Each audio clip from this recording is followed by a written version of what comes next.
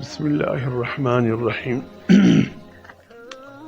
فمن كان يرجو لقاء ربه فليعمل عملا صالحا ولا يشرك بعبادة ربه أحدا صدق اللہ العظیم۔ میرے محترم دوستو،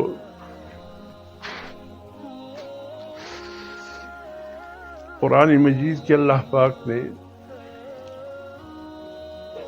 سورت حجر کی بالکل آخری آیت ہے، فرمایا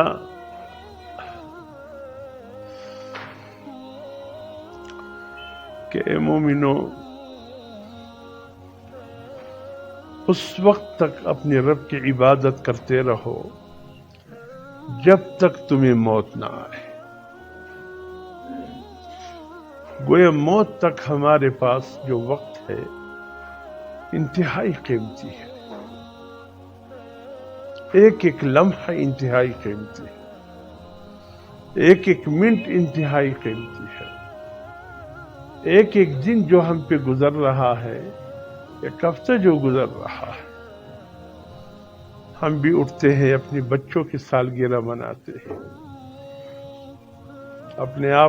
اپنا سالگرہ مناتے ہیں، کیک لا کر کاٹتے ہیں، بچوں کو کوئی ٹوپیاں بھی پہناتے ہیں اور کچھ جنڈیاں منڈیاں بھی لگاتے ہیں۔ کسی گھر میں تو کھانے پینے کا بھی اہتمام ہو جاتا ہے، ایک دوسرے کو مبارکباد دیتے ہیں، جی آپ کو 18واں سالگرہ مبارک ہو، آپ کو 19واں سالگرہ مبارک ہو۔ یہ مبارکی کی بات ہے یا غم کی بات ہے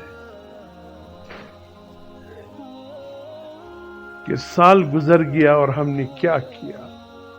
اس پر پریشانی ہونی چاہیے یا مبارکبادی لینی چاہیے؟ ہمیں تو فکر کرنی چاہیے کہ اللہ، سال گر گیا اور ہمیں پتہ نہیں چلا کیسے گزر گیا، کیا کیا۔ حضور صلی اللہ علیہ وسلم فرماتے ہیں جو دن بھی طلوع ہوتا ہے اس اعلان کے ساتھ طلوع ہوتا ہے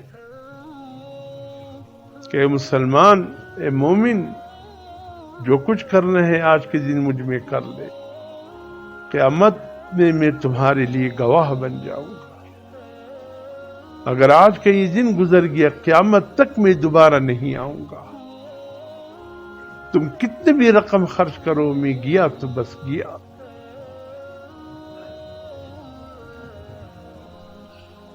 جوانی کی ایک وقت ہوتی ہے،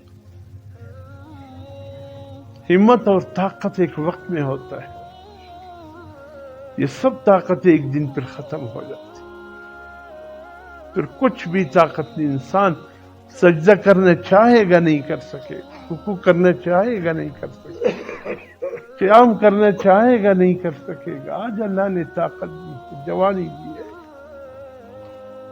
اپنے سامنے اللہ پاک نے جھکنے کے ہمیں قوت دی ہے۔ ایک دن یہ قوت اللہ ہم سے لے لیں گے۔ یہ بڑھاپا کس نے پیدا کیا؟ تاکہ تمہیں جوانی کی قدر ہو۔ تو اس لیے میرے محترم دوستو، معمولی مت سمجھنا یہ ایام جو گزر رہی ہے، دن گزر، خدا کی قسم بہت بڑی دولت۔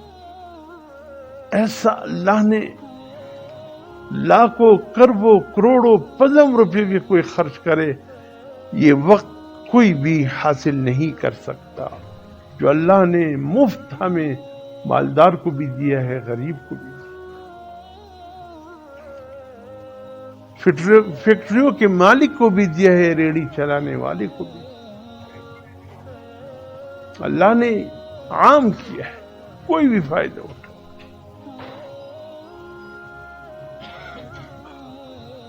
وہ مولانا روم نے واقعہ لکھا ہے کہ ایک شخص تھا، اخلاص کا دور تھا، اچھا دور تھا، سچائی کا دور تھا، امانت داری کا دور تھا۔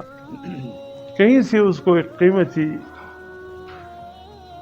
موتی مل گیا۔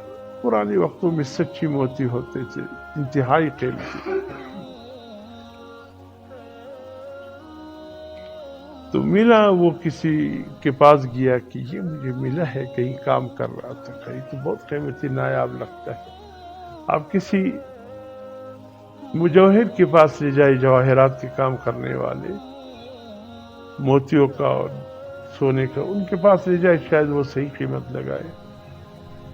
ہماری بازاروں کی طرح جٹے لین دین کی بازاریں تو تھے نہیں، جس سے سونے کو پتل بتایا اور پتل کو سونا، ایسا دور نہیں تھا۔ وہ واقعی جو چیز سے بتا دیتا، کسی کے حق تلفی نہیں ہوتی تھی۔ اس بازار کے ماہر نے دیکھا، اس نے کہا یار بہت قیمتی ہے، میں نہیں جانتا، آپ مجھ سے بہتر کے پاس لے جائیں۔ خیر پہنچ گئے ایک بہتر کے پاس، اس کے سامنے اس نے کہا واللہ اتنا عظیم قیمتی موتی تجھے ملا ہے، اس کی قیمت تو بادشاہ کے خزانوں میں ہوگا، آپ وقت کی بادشاہ کے پاس چلے جائیں۔ تو لے کر گیا، بادشاہ بھی جانتا تھا اس کا، کہا ہم یہ لے لیتے ہیں اور اس کی قیمت تجھ پر منحصر ہے، تم کتنے لینا چاہتے ہو؟ اس نے کہا بادشاہ میری سمجھ میں نہیں آتا، میں کتنے لے لوں؟ کیسے کرتے ہیں؟ اس وقت تو بینک وغیرہ کا دور تھا ہی نہیں، کہ کاغذوں کا لین دین نہیں تھا، ہیرے تھے، جواہرات تھے، سونا تھا، چاندی تھا، اسی کا دینار تھا۔ دینار کس کو بولتے؟ سونے کے سکے کو۔ درہم کس کو بولتے؟ چاندی کے سکے کو۔ ایک اللہ والے سے کسی نے کہا جس کی دینار کیوں بولتے؟ فرمایا یہ دین بھی ہے، نار بھی ہے، حق کے ساتھ لوگے تو دین ہے، نہ حق لوگے تو نار ہے، اس لیے اس کو دینار کہا جاتا۔ تو کہتے ایسے بادشاہ نے کہا ایسے کرو، اس کو میرے خزانوں میں چھوڑ دو، 8 گھنٹے کا وقت اس کو دے دو، 8 گھنٹے میں یہ جتنا نکال سکتا ہے نکال دو۔ بس وہ 8 گھنٹے کے بعد پھر ایک سیکنڈ اس کے پاس نہیں ہے، جتنا لے لیا وہ اس موتی کی قیمت۔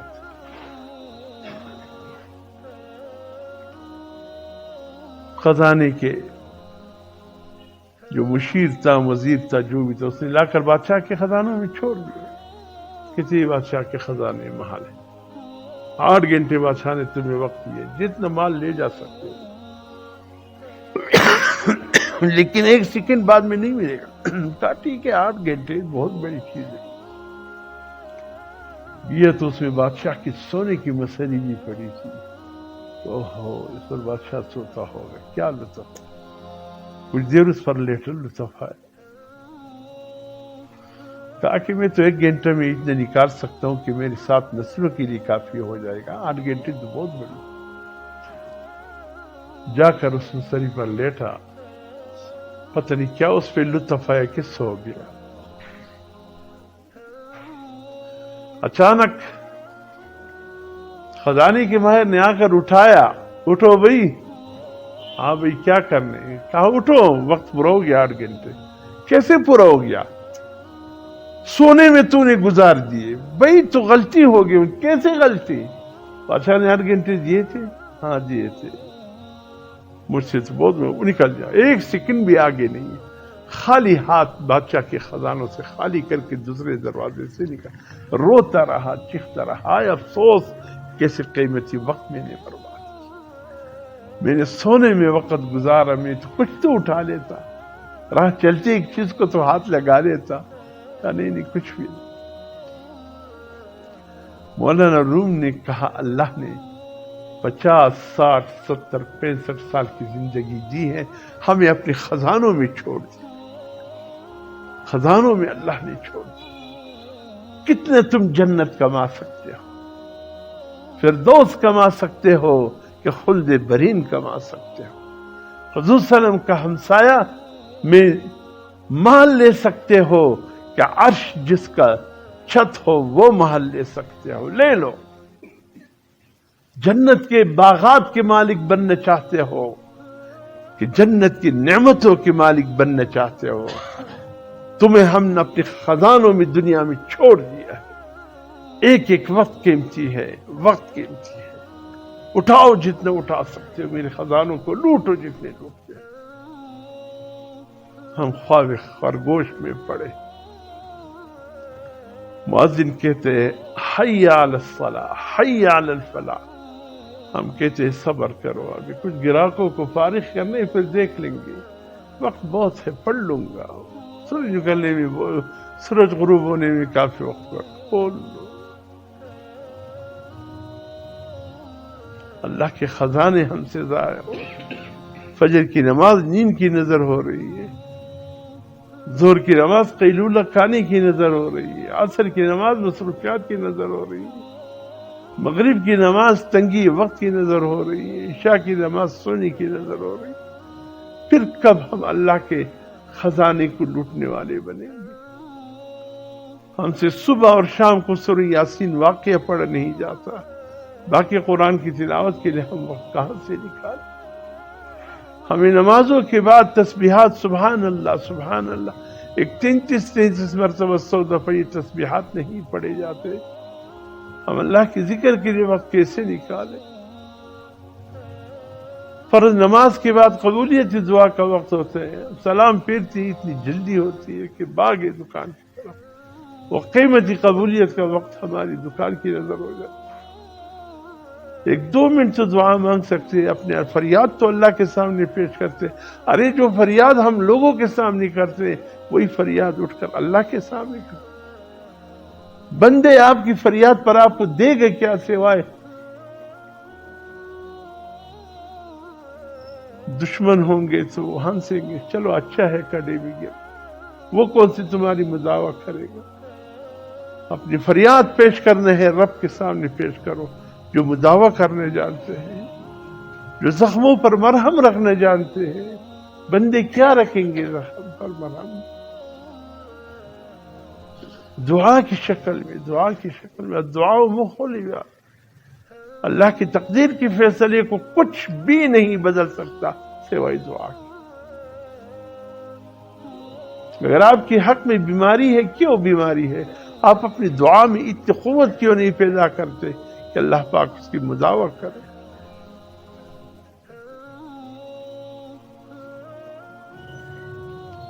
جیسے قوت اپنی فریاد میں پیدا کر کے تو زمین پہ ہو اور تیری فریاد آسمانوں میں ہو. ہم نے زندگی کی قدر نہیں کی، خدا کی قدر، ہم نے وقت کی قدر نہیں. حضور صلی اللہ علیہ وسلم فرماتے ہیں عقل مند انسان کے لیے ضروری ہے کہ وہ اپنے وقت کو 3 حصوں میں تقسیم کرے. ایک حصہ وہ ہے جس میں اپنے آرام کے لیے وقت نکالے. علیکا ولی بدنی کا علیہ کا حق، تمہاری بدن کا بھی تم پہ حق ہے. کم از کم 8 گھنٹے اس کو آرام دو. اتنا مت تکاؤ کہ پھر بعد میں وقت جب آئے گا تو پھر صحت رخصت ہو جائے. اس کو بھرپور وقت دے دو. 8 گھنٹے کم از کم حق ہے. فرمایا اتنا وقت 3 حصوں میں اپنے اوقات کو تقسیم کرو. ایک حصہ ایسے بناؤ کہ آپ کے بدن کو تسکین ملے. ایک وقت ایسا نکالو کہ جس میں تم اپنے بچوں کے لیے، اپنے آپ کے لیے، معاش کے لیے کچھ کر سکو، محنت کر سکو. اور تیسرا حصہ ایسا نکالو کہ تم اپنے رب سے ہم کلامی کر سکو، اپنے رب سے بات چیت کر سکو. یہ آپ جو نماز پڑھتے ہیں، اللہ اکبر، اس تکبیر کو کیا کہتے ہیں؟ تکبیر تحریمہ، یعنی وہ تکبیر جو حرام کرنے والی. کیا حرام کرنے؟ کھانا پینا حرام کرتی ہے. کیا اب تکبیر تحریمہ کے بعد کھانا پینا نہیں؟ تکبیر تحریمہ کے بعد بول چال نہیں ہے. تکبیر تحریمہ کے بعد دنیا کا کوئی کام نہیں کرنا ہے. اگر آپ نماز میں آ گئے، اگر معمولی کوئی ہو، معمولی جنبش دے دو. اگر ایک رکن میں 3 دفعہ آپ نے ہاتھ کو ہلایا، ادھر لے گیا، قیام میں 3 دفعہ، آپ کی نماز فاسد ہے. اس کو دوبارہ لوٹا دو. یہ آپ نے ایسا کام کیا ہے کہ نماز کے اندر آپ نے بڑی غلطی کی. اگر آپ یوں کر رہے تھے نماز میں، باہر سے آئے، اس نے آپ کو دیکھا اور آنے والے کو محسوس ہوا کہ آپ نماز میں نہیں ہیں، تو پھر آپ کی نماز نہیں ہوئی ہے، اس کو دوبارہ لوٹا دو۔ کہ آنے والے کو محسوس ہو کہ آپ نماز نہیں پڑھتے، اپنے آپ کو اسے بناؤ کہ آنے والے کو بھی یہ محسوس ہو کہ آپ نماز پڑھ رہے ہیں۔ ایک رکن میں بڑی مجبوری ہو، کوئی جگہ خارج ہو، ایک دفعہ، زیادہ نہیں۔ 3 دفعہ ہو گیا رکوع میں، یا 3 دفعہ ہو گیا قیام میں، یا 3 دفعہ وہ نماز فاسد ہو جاتی ہے۔ یہ لحن جلی ہو گیا، یہ بڑی غلطی ہو گئی۔ تو آپ جب تکبیر تحریمہ پڑھ لیتے، اس کا مطلب یہ کہ ہر چیز حرام، کوئی کام نہیں کرنے، ابھی کھانا پینا، حتیٰ کہ اگر دانتوں میں کوئی چیز لگا ہو، اگر مقدار میں چنے کی دانے سے کم ہے، دانتوں میں زبان ہلاتے ہوئے آ گیا دانتوں سے، نگل لو، نماز صحیح۔ اگر چنے کے دانے یا اس سے بڑا ہے، اگر نگل لیا، نماز فاسد ہے۔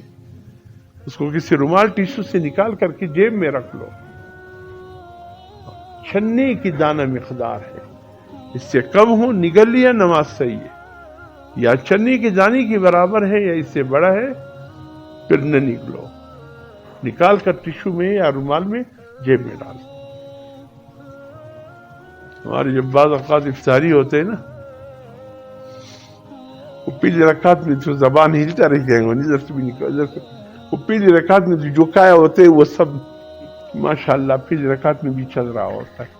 خدا کی منہ دو کرایا کرو، میں کہتا ہوں کم از کم صاف تو ہو، یا اگر منہ نہ دو اتنا تو صاف ہو کہ کوئی چیز فلسا ہوا نہ۔ ہماری مغرب کی نماز رمضان میں اکثر فاسد کی درجے میں پہنچ جاتی۔ تو اس لیے میرے محترم دوستو، جب نماز مکمل ہو جائے اور جب واپس آتے ہو، آپ کیا کہتے ہو؟ السلام علیکم ورحمۃ اللہ۔ یہ سلام کس پہ ڈال رہے ہو؟ آپ کی کندھوں پر فرشتے ہیں، ان کی نیت کرو، آپ کی دائیں طرف جتنے لوگ ہیں ان کی نیت کرو، اس طرح السلام علیکم۔ اگر لوگ نہیں ہیں فرشتے کی تو نیت کرو کہ میرے دائیں بائیں کندھے پر فرشتے، میں ان کو سلام ڈال رہا ہوں۔ اور دوسری بات کہتے جب کوئی باہر سے آتا ہے، اندر لوگ بیٹھے ہو، سلام ڈال دیا کرے۔ آپ کہاں گئے تھے؟ معراج پر گئے تھے کہ واپس آ گئے سلام ڈال رہے؟ ہاں بالکل، الصلاۃ معراج المؤمنین، نماز مومن کی معراج ہے۔ آپ معراج پر گئے تھے، اللہ سے ہم کلام ہونے کے لیے گئے تھے، بات چیت کی۔ اگر کسی نے نماز پڑھ لی، سلام پھیرا اور قسم کھایا میں نے اللہ سے باتیں کیے ہیں، علماء نے لکھا ہے وہ قسم پر حانث نہیں ہے، کفارہ نہیں ہے، بالکل نماز میں یہ اللہ سے ہم کلام ہوا ہے۔ الحمدللہ رب العالمین، حمدنی ربی الرحمن الرحیم، مجدنی عبدی، ایاک نعبد۔ کہ اللہ جواب دیتے ہیں۔ یہ سورۃ فاتحہ بندے اور اللہ کے بیچ میں بول چال ہے۔ تو اس سے نماز پڑھنے کے بعد کوئی قسم کھا لے کہ میں نے اللہ سے باتیں کی ہے، اس قسم میں وہ حانث نہیں ہے، کفارہ نہیں ہے اس پر۔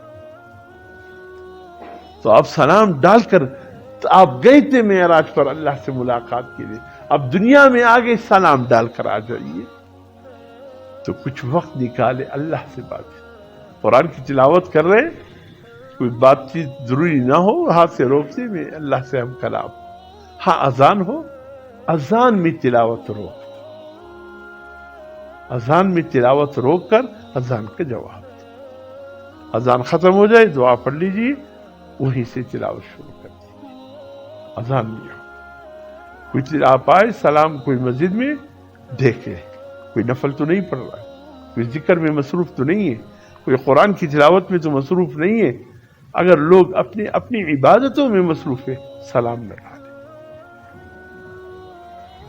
اگر کوئی ایک آدھا فارغ ہو، آہستہ سلام اس کو ڈال دے۔ اس لیے میرے محترم حضرت نے فرمایا یہ قصہ خاص کرو اپنے زندگی کا، کہ جس میں تم اپنے رب سے ہم کلام کرو، قرآن کی صورت میں اللہ سے بات کرو، ذکر کی صورت میں اللہ سے بات کرو۔ اللہ والے نے کہا مجھے پتہ چل جاتے جس وقت اللہ مجھے یاد کر رہے ہوتے ہیں. اس نے کہا حضرت آپ کو کیسے پتہ چلتا ہے؟ فرمایا جب میں تسبیح لے کر اللہ کو یاد کرتا ہوں مجھے اندازہ ہو جاتے کہ اس وقت اللہ بھی مجھے یاد کر رہا. کبھی سوچ کے ساتھ ذکر کیا ہے، کبھی اس فکر کے ساتھ تسبیح پڑھے کہ میں اس لیے تسبیح پڑھ رہا ہوں کہ اس میں اللہ بھی مجھے یاد کر رہا ہے. جب میں اللہ کو یاد کرتا ہوں، اللہ جب کسی مجلس میں اللہ کی بات کرتا ہوں، اللہ اس مجلس سے بہتر مجلس میں میرا تذکرہ کر رہا ہے. اللہ عمل کی توفیق دے. بس ایک ہفتے سے کچھ یہ سینے کا وہ ایسا شروع ہوا ہے. آج الحمدللہ ارادہ نہیں تھا آنے کا، بالکل ہمت نہیں تھی. آج یہ پوری رات سینے کا بلغم ایسا جام ہوا ہے. اب اس صبح کے نلو اتار کر آیا، وہ انجیکشن بھی ختم ہو گئی، 10 لگے اس میں ہفتے. لیکن وہ بس پرانا سا بلغم تو ہوتے ہوتے جمع ہو گئے.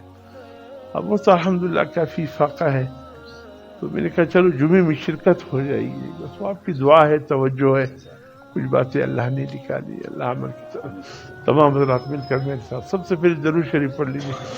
اللہم صلی علی سیدنا محمد وعلی آل سیدنا محمد. سورۃ فاتحہ ایک مرتبہ پڑھ لیجیے. الحمدللہ رب العالمین الرحمن الرحیم مالک ایاک نعبد و ایاک نستعین اہدنا الصراط المستقیم صراط الذین غیر المغضوب علیہم. سورۃ اخلاص قل هو اللہ 3 مرتبہ. قل هو اللہ احد قل هو اللہ احد اللہ الصمد قل هو اللہ احد. سورۃ علم نشرح ایک مرتبہ پڑھ لیجیے. بسم اللہ علم نشرح لک صدرک الذی انقض ظہرک فإن مع العسر یسرا إن مع العسر یسرا فإذا فرغت الحمد للہ رب العالمین الرحمن الرحیم اهدنا الصراط المستقیم صراط الذین اللهم صل على محمد وعلى آل محمد. اللهم يا قاضي الحاجات يا قاضي الحاجات يا قاضي الحاجات. اللهم يا كافي المهمات يا كافي المهمات يا كافي المهمات. اللهم يا دافع البليات يا دافع البليات يا. اللهم يا شافي الأمراض يا شافي الأمراض يا شافي الأمراض. اللهم يا مجيب الدعوات يا مجيب الدعوات يا مجيب الدعوات. اللهم يا رافع الدرجات يا رافع الدرجات يا رافع. اللهم يا قاضي الحاجات يا قاضي الحاجات. اللهم يا أرحم الراحمين. اللهم صل على محمد. حسبنا الله ونعم الوكيل. حسبنا الله. اللهم صل.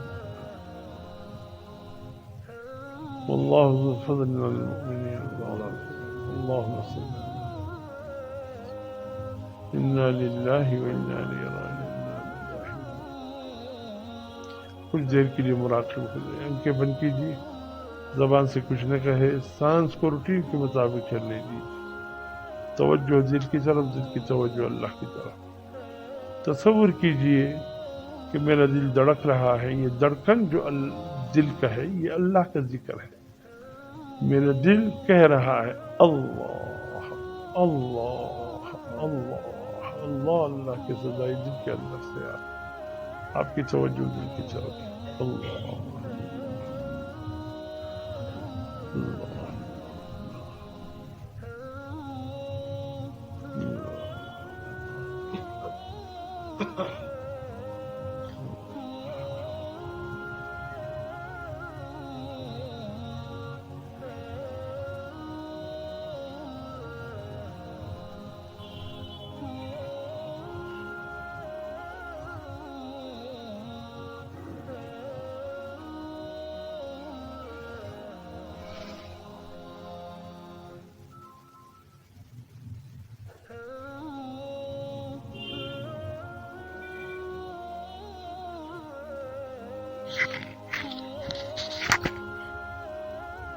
أشهد أن لا إله إلا الله وحده لا شريك له وأشهد أن محمدا الحمد لله رب العالمين. اللهم يا أرحم الراحمين مسکی گناہوں کو معاف کرنا، صغیرہ کبیرہ گناہوں جان بوجھ کر و انجانے میں ہوئے ہو مولا معاف کرنا.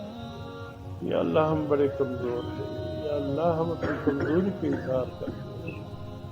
مولا اپنی بہت بڑی دولت قیمتی وقت کی صورت میں عطا فرمائے، ہم اس کی قدر دانی نہ۔ مولا وقت گزرتے جا رہے ہیں، ہم اس کی کوئی قدر نہیں، ہمارے اس جرم عظیم کو معاف فرما۔ یا اللہ اگر خاتمہ بالخیر ہو، خاتمہ قیامت تب بھی بیڑا پار ہو جاتے ہیں، یا اللہ ہمارے آخری خاتمہ بالخیر فرما۔ یا اللہ چلتے چلتے دنیا سے یا اللہ تیری رضا کی امور ہم سمیٹ سکے، تجھے راضی کر سکے، یا اللہ تو ہم سے راضی ہو جائے، یہ تو بہت بڑی بات ہے۔ ہم بڑے کمزور ہیں، لاچار ہیں، بے کس ہیں مولا۔ مولا تیرے عذاب ہم سے نہیں سکتے، ہمیں محفوظ فرما اپنے عذاب سے۔ یا اللہ رحمت کی نظر فرما، کرم کی نظر فرما۔ یا اللہ ہم جیسے بندے تو تیرے ہیں نا، نفس اور شیطان کی موجودگی میں ہم تیری طرف بڑھنا چاہتے، وہ بدبخت ہمیں تجھ سے دور لے جاتے ہیں، ہم کیا کریں مولا؟ تو ہم سب کی حفاظت فرما، رحم فرما، تمام بیماروں کو شفا کامل عاجلہ نصیب، تمام مرحومین کی مغفرت فرما۔